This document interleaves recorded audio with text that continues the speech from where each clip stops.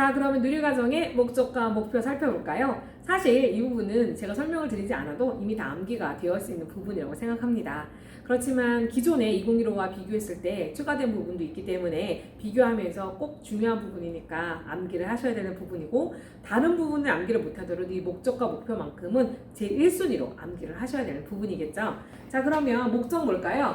자, 추구하는 인간상이 우리가 저기 멀리 가야 할 교육적 비전을 제시했다면 그 5가지 인간상의 비전을 이루기 위해서, 그리고 구체적으로 교육 과정에서 무엇을 중심적으로 가져가야 될까를 명시해 준 것이 목적과 목표라고 할 수 있겠죠. 자, 그럼 목적과 목표 여기서 한번 훅 물어볼까요? 자, 목적과 목표는 원래 다른 게 아니라 한 가지였거든요. 둘 다 목적이었을까요? 둘 다 목표였을까요? 어느 것에서 어느 것이 더 유형으로 분리돼서 나왔을까요? 한번 맞춰보세요. 네. 둘 다 목표였습니다. 목표였어요. 원래는 목표예요. 타일러가 말했던 목표 설정에 해당합니다. 그런데 이 목표가 단기적일 수 있고 장기적일 수 있습니다. 그래서 시간이 길고 포괄적으로 이루어야 될 목표를 우리는 목적이라 하고 따로 분리해서 얘기하기 시작했어요. 그래서 둘 다 목표였으나 기간에 따라서 목적과 목표로 나눈다라고 볼 수 있죠. 자, 목적은 누리과정의 목적 보면요. 자, 목적 뭐라고 되어 있나요? 유아가 놀이를 통해 심신의 건강과 조화로운 발달을 이루고 바른 인성과 민주시민의 기초를 형성하는 데 있다라고 되어 있었어요. 자, 그럼 그 밑에 좀 밑에 해설을 볼게요. 자, 해설을 보면 누리과정의 목적에서는 놀이를 통해 라는 표현을 추가로 넣었죠. 예, 유아 중심, 놀이 중심 가정이다 보니까 이번에 목적에 놀이를 통해 라는 말을 넣어서 유아 고유의 특성을 강조했다라고 했어요. 그래서 놀이를 통해 라는 표현을 꼭 암기하고 있어야 되고, 나머지 심신의 건강, 조화로운 발달, 그리고 민주심리의 기초는 기존의 2015 때도 동일하게 있었다라고 설명해줬고, 또 하나 바른 인성이라는 것이 추가됐는데 이것은 왜 넣냐면 우리 사회 전반에 걸쳐서 강조되고 있는 점이라고 했어요. 왜 우리 사회 전반에 걸쳐서 강조되냐면 우리나라는 동양권이기 때문이에요. 동양권이기 때문에 예의를 중시하고 표를 중시하고 인성 덕목을 중시하는 것들이 서양하고 좀 달라요. 그쵸? 그래서 그 부분에 우리나라 국민으로 자라가려면 우리나라가 중점적으로 생각하는 부분에 대해서 아이들이 알아야 되기 때문에 바른 인성, 즉 예의 발라야 된다, 효를 알아야 된다, 그 이외에 다양한 8개 인성교육진흥법에 있었던 8개 덕목들 있잖아요. 그래서 덕목을 중심으로 해서 인간이라면 또 우리 사회에서 사는 아이라면 그런 것 정도는 당연히 받아야 되지라는 인성에 대한 것을 강조했어요. 사실 근데 이것은 예정됐던 부분이에요. 왜냐하면 조금 전에 말했던 인성교육진흥법이 생기기 전에 2015가 있었는데 2015에서는 인성에 대해서 자세하게 나왔던 부분이 없었어요. 그래서 사실 저희가 장학자료에서 나오는 인성교육 프로그램에 거기 잠깐 나오는 6개, 5개에 대한 덕목들에 대한 얘기들만 좀 저희가 과정에서 얘기를 하고 있었거든요. 그런데 인성교육진흥법에서 8대 덕목을 법령에 딱 정해줌으로써 저희가 기존의 2015 누리과정과 법에서 말하는 8개 덕목이 매치가 안 되는 거예요. 그래서 그 부분을 개정을 해서 이거를 맞춰야 된다는 요구는 아주 예전부터 있었기 때문에 인성에 대한 거는 당연히 개정이 되면 들어가리라 예상했던 부분이라는 거죠. 그래서 근데 덕목으로 나오지 않고 그냥 바른 인성과라고 해서 포괄적으로, 왜냐하면 인성이라는 게 또 인성교육진흥법도 비판을 받는 이유가 덕목을 딱 8개만 딱 집어넣기 때문에 그것도 과연 그러면 우리가 인간에게 덕목이 8개밖에 없단 말인가? 이렇게 비판을 받고 있거든요.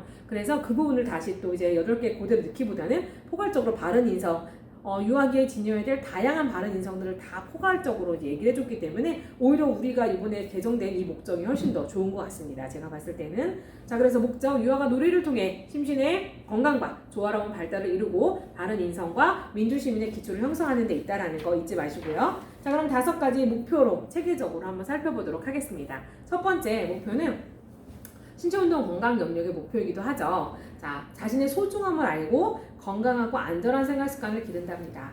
자, 건강한 사람과 연결되어 있겠죠. 아까 건강한 사람 설명 안에 분명히 이런 내용이 동일하게 중복되어 있는 걸 볼 수 있습니다. 그래서 자기의 소중함, 그래서 내가 소중하니까 건강하게 지내기 위해서 내가 자기 스스로를 지킬 수 있는 안전 생활, 그리고 영양가 있는 음식을 먹으면서 건강한 생활, 그리고 내 몸을 운동을 통해서 유지하는, 건강을 유지하는 생활, 이런 것들이 해당된다고 말씀드렸어요. 자, 유아는 놀이를 위해서 몸을 마음껏 움직이면서 자신의 감정과 욕구에 귀를 기울이는 조절을 하는 경험을 한다. 몸을 움직이는 게 아직 발달상 균형 감각이라든지 뭔가 소근육 발달이라든지 아이들의 발달상 아직 되지 미발달된 부분들이 있거든요. 그래서 그 부분들을 충분히 자기들이 경험하는 놀이 안에서 놀이 안에서 경험하는 것을 강조합니다. 유아들에게 일상에서 환경의 변화에 적응하는 데 필요한 건강하고 안전한 생활을 지속적으로 1회가 아니라 여러 번 꾸준히 경험시키는 것이 중요합니다. 유치원 어린이집은 유아가 자신의 몸과 마음에 대한 긍정적인 생각을 키워. 자, 긍정적인 생각 뭘까요? 아까 자신의 소중함을 말했었죠? 자신의 소중함.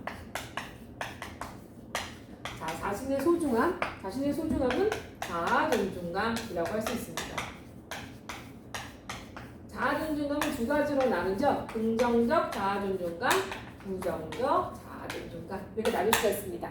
자, 그럼 나 스스로를 긍정적으로, 나는 잘해, 나는 훌륭한 사람이야, 나는 뭐든지 할 수 있어, 이런 마음을 가지려면 자아 존중감을 키우는 거는 자기의 생각이지만 자기 스스로가 그 생각을 갖는 게 아니라 주변 환경에서 자꾸 인정해주고 긍정적으로 칭찬과 격려를 해줘서 긍정적인 피드백을 받았을 때 내가 긍정적인 사람이라고 인식됩니다. 그러므로 유아 시기에 지금 여기서 말하는 것처럼 긍정적인 생각을 키우려면 선생님의 역할, 항상 칭찬, 격려, 넌 잘한다 라는 북돋아주시는 그런 분위기, 이런 것들이 긍정적인 생각을 키울 수 있어요. 그래서 그렇게 키워주면 아, 내가 소중한 사람이구나 라고 성장할 수 있다는 거죠. 그 다음에 유아가 자신의 신체 리듬에 맞게 생활하고, 자, 신체 리듬은 여기서 신체 리듬은 뭘까요? 자, 영화는 없지만 만 3세, 4세, 5세 친구들이 말로는 숫자로는 3, 4, 5라서 별 차이가 없는 것 같지만 그 1년의 차이가 엄청나게 크죠. 그래서 낮잠, 수유, 배변, 영아기부터 가져왔던 그런 신체 리듬들이 매우 다르고 또 연령별로 다르고 개인별로도 차이가 있습니다. 그래서 그 리듬에 대해서 선생님이 여전히 누리과정에서도 표준보육과정에서 올라온 친구들한테 여전히 그 부분도 리듬에 맞게 생활할 수 있도록 도와주셔야 되고, 그게 건강한 거니까요. 자기의 건강을 만들어가야 되는 부분이니까. 그리고 안전에 대해서는 위험한 상황에 대처하는 방법을 배울 수 있도록 지원해야 된다라고 말씀드렸습니다. 자, 두 번째, 자신의 일을 스스로 해결하는 기초 능력을 기릅니다. 자, 즉 자주적인 사람이 되려면 내 일은 내가 스스로 한다 그랬잖아요. 근데 처음부터 잘할 수 있을까요? 처음부터 잘하지 못해요. 그래서 완전한 걸 말하는 게 아니라 그렇게 되어가는 자율적인 사람으로 성장해가는 위해서 처음에 기초가 되는 그 능력을 우리 유아기 때 길러주자라는 거죠. 완성시킨다가 아니에요. 자, 그럼 기초 능력을 기를 때 선생님이 지금 말한 것처럼 다양한 놀이 시도를 통해서 자신이 좋아하고 잘할 수 있는 것이 무엇인지 알아가서 자신이 여러 가지 능력을 점차 확장하고, 그런 경험을 통해서 아, 난 이걸 잘하지? 그럼 난 다음부터 이렇게 해야지? 난 이걸 할 수 있어. 친구들한테 내가 잘하는 부분을 내가 해줄게 라고 말하고, 또 친구들이 스스로 할 수 있도록 도와주고 협력하는 그런 관계들을 만들어 갈 수 있기 때문에 자율적 해결, 또 책임감, 이런 것들을 가질 수 있도록 교사가 역할을 해줘야 됩니다. 세 번째, 호기심과 탐구심을 가지고 상상력과 창의력을 기른다라고 되어 있네요. 자, 이 부분은 자연탐구 영역이라고 할 수 있어요. 아이들은 태어날 때부터 과학적 자아를 가지고 태어난다고 했었죠. 그래서 왜 그런 거지? 궁금해요 라는 호기심을 많이 갖고 있고, 말하지 않고 만져보려고 하고, 성인들보다 훨씬 더 많은 탐색을 하고 싶어하는 마음을 갖고 있습니다. 자, 그래서 이렇게 아이들이 주변 세계에 대해서 호기심을 갖고 탐색하는 과정에서 어떻게 해줘야 될까요? 당연히 자유롭게 탐구하게 해줘야 되겠죠. 탐색, 탐구, 실험하는 과정 안에서 아이들이 자신의 상상력과 창의력을 발휘할 수 있게 해줘야 될 것입니다. 그런데 자연탐구 영역 말고 다른 영역, 즉 의사소통 영역에서도 2016 개정에서는 책을 통해서 상상력을 길러간다고 얘기를 해주고 있어요. 그래서 이번에 상상력이 굳이 자연탐구 영역에만 해당하는 것이 아니라 의사소통 영역도 함께 상상력을 중요하게 보고 있고, 특히 놀이는 아이들이 현실을 떠나서 놀이의 상상 속에 들어가서 상상 속에서 놀잖아요. 그래서 현실 유보라는 것들 기억나시죠? 현실에서 이루지 못한 것을 상상 또는 가작화의 가상 세계에서 놀이를 한단 말이죠. 그러니까 놀이 자체가 어떻게 보면 전체가 다 상상이라고 볼 수 있는 거죠. 그래서 이렇게 상상은 정말 중요한 것이다. 네 번째, 일상에서 아름다움을 느끼고 문화적 감수성을 누린다. 자, 자, 문화적 감수성은 기른다예요. 길러지는 거예요. 길러집니다. 그래서 길러지는데 어떻게 길르냐? 아까 말했죠? 교사가 예술적인 것을 주의 집중해서 감상하고 느끼고 표현하고 만져볼 수 있게 탐색을 통해서 아이들이 자기가 경험한 것, 자, 예술성도 자기가 머릿속에 표상하고 느낀 것을 표현하는 것이기 때문에 충분한 경험과 놀이가 없으면 멋진 아이들만의 생각의 표현도 나오지 않습니다. 그러니까 선생님이 아이들의 문화적 감수성과 예술성, 심리성을 키워줄 수 있도록 또 선생님이 놀이를 다양하게 제공해 주시고, 여기서 정말 중요한 건 자료겠죠. 다양한 자료를 탐색하게 해주시는 거, 다양한 문화적 경험을 해주시게 하는 거, 이런 것이 가장 중요합니다.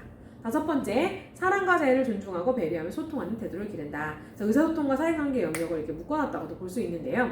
여기서는 이제 원만한 관계를 맺기 위해서 이제 사람들마다 갈등을 겪을 수 있습니다. 특히 유아 시기에는 장난감, 놀잇감 또는 유치원 생활에서 자아중심적인 어떤 자기들 마음 때문에 자기만 생각하다 보니까 다른 친구들과 갈등이 생기는 경우가 많아요. 쉽게 말하면 싸우거나 다투거나 뭐 때리고 핥히고 하는 공격적 행동까지도 가끔 나오게 되는 그런 부분이라고 할 수 있죠. 자, 그럼 이런 부분에서는 이런 부분을 우리가 성장한다고 성인이 됐을 때 겪지 않는 건 아니죠. 성인은 성인의 표현 방법대로 또 갈등을 겪습니다. 그런데 어릴 때부터 이런 갈등이 있을 때 그 갈등을 잘 해결하는 방법을 배운다면 아이들이 성장해서도 자기가 어릴 때 배웠던 방법대로 소통하고 공감하고 상대방과 함께 협력하면서 이 세계를 더불어 살아갈 수 있기 때문에 그런 부분에 집중적으로 이제 교육을 시키려고 하고 있고요. 또 한 가지, 산업뿐만 아니라 자연도 굉장히 중요하다는 거죠.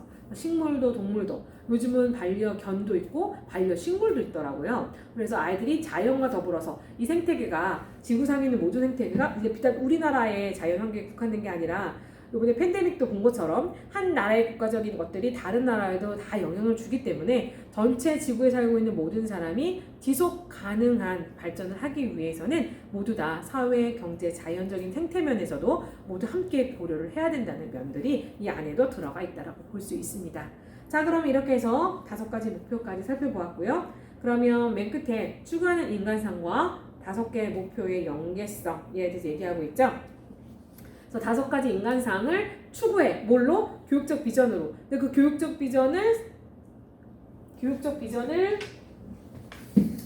추구하는 인간상을 실현하기 위해서 목적을 포괄적으로 정해줬고, 장기적인 목적. 그다음에 단기적으로는 목표 5가지 영역에 주된 목표를 해줬습니다. 그다음에 이 주된 목표 안에 또 세부 목표로 나눠지죠. 영역별로. 그건 이제 3부에서 나올 텐데, 이렇게 추구하는 인간상과 목적은 서로 연계성이 있다라는 얘기를 해주고 있어요.